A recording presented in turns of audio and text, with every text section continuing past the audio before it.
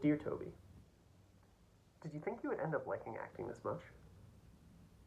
I think what made you like it so much was sticking with the process. The reason you took this class to begin with was to learn the acting process and therefore learn how to better communicate with actors. So learning and sticking with the process achieved that goal and taught you how enjoyable acting could be. The classroom environment was more formal than you expected, but you knew why and stuck with it. There were more than a few times when you were into class, and there was only one instance of you ever being late. You may not end up being a professional actor, but you will work with them, and treating acting class like the real thing has prepared you for that work.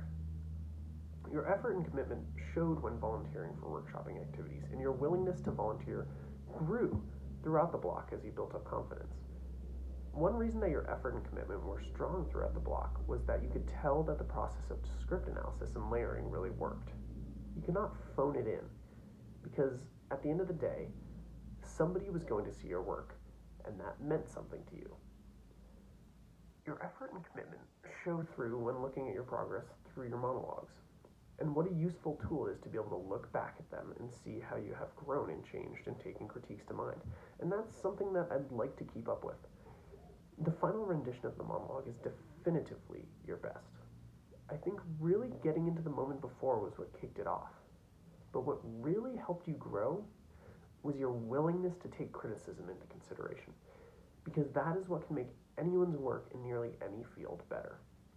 In the earliest renditions of the Three Kings monologue, you did not have a very strong moment before, but you worked on it.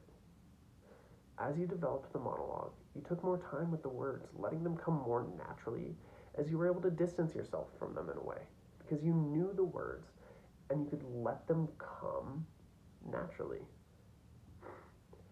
Then comes risk-taking. You've literally made a whole documentary on how not outdoorsy you can be. So to audition for a role in a film about mountain bikers made by mountain bikers, when you do not even know how to mountain bike, was a big risk. It really came to a point, though, when you got the role. How in the hell were you going to do this?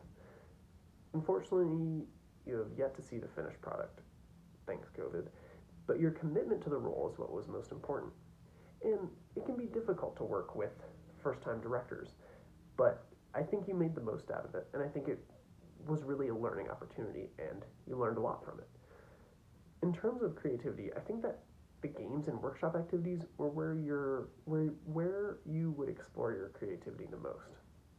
And that would later inform you in your monologues and scene work. Looking back at the time you workshopped early on and did the exercise in which someone would throw out verbs and you had to use them to inform your performance was a great way of experimenting and seeing the way in which objectives can change your delivery. That was another way in which you grew, because you experimented with different objectives throughout the class while working on the monologues.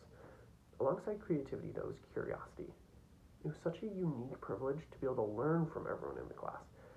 I think your curiosity really showed through when workshopping, but some of your most valuable insights came when someone else was in front of the camera.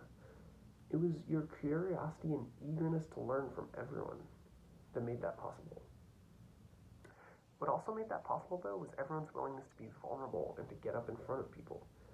For these reasons, you deserve an A for the class. I do not think you got to the A+ level because you left some points on the table when you were late for class, but you deserve an A for your effort and dedication as well as your willingness and eagerness to grow, and how visible it is on screen when looking back at the growth of your monologues. Sincerely, Toby Ellingwood.